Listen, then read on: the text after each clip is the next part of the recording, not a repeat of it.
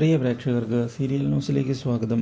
കൂടുതൽ സീരിയൽ ന്യൂസുകൾ അതിവേഗം ലഭിക്കുന്നതിന് ഈ ചാനൽ സബ്സ്ക്രൈബ് ചെയ്യുക. ബെൽ ഐക്കൺ മറക്കാതെ ക്ലിക്ക് ചെയ്യുക.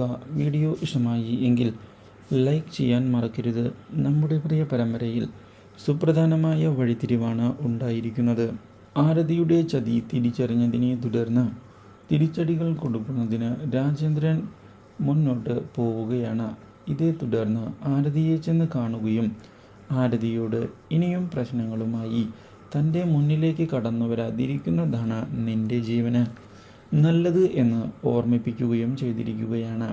തൻ്റെ സ്വഭാവം കൃത്യമായി അറിയാവുന്നതല്ലേ നിനക്കെന്നും, അതുകൊണ്ട് തന്നെ വെറുതെ പ്രകോപിപ്പിക്കേണ്ട ആവശ്യമില്ല എന്ന് പറയുകയും ചെയ്തതിനെ തുടർന്ന് തനിക്ക് ആരെയും പേടിയില്ല എന്ന് വ്യക്തമാക്കുകയാണ് നമ്മുടെ ആരതി.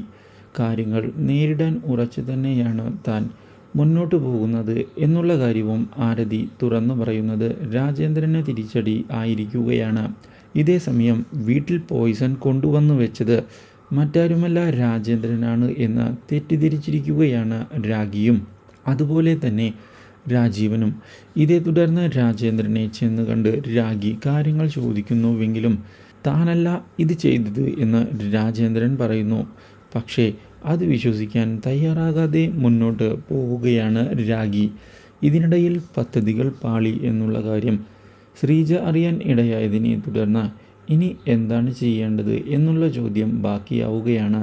ഇതിനിടയിലാണ് പോയിസിന് പിന്നിൽ ശ്രീജയുടെ കളികൾ ഉണ്ട് എന്നുള്ള കാര്യം രാജീവൻ മനസ്സിലാക്കുന്നത്.